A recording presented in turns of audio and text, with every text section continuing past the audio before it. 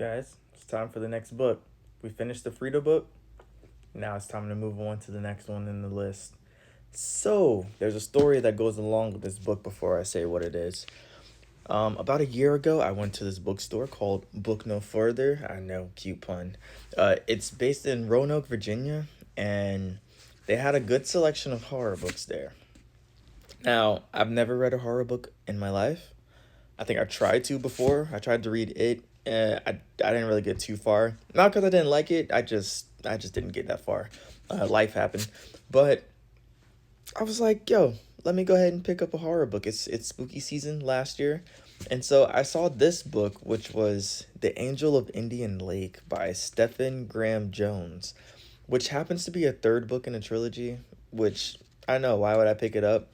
Well, this book is this book is let me see, can I show that? Signed by him. So I said, hey, how often do you run across a book that's signed by the author? So I decided to pick it up.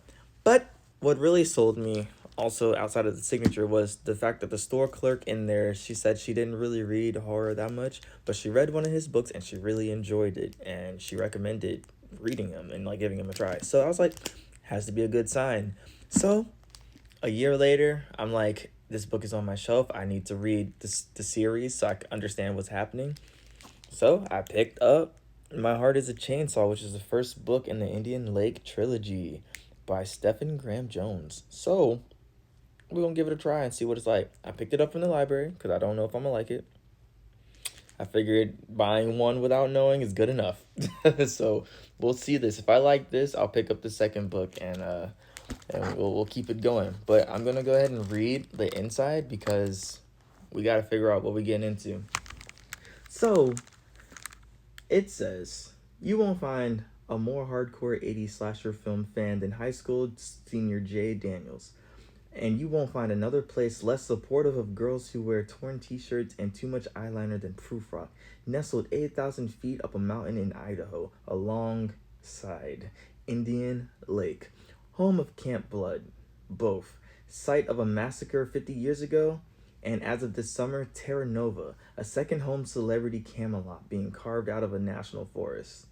That's not the only thing that's getting carved up, though. This, Jade knows, is the start of a slasher. But what kind? Who's wearing the mask? Jade's got an encyclopedic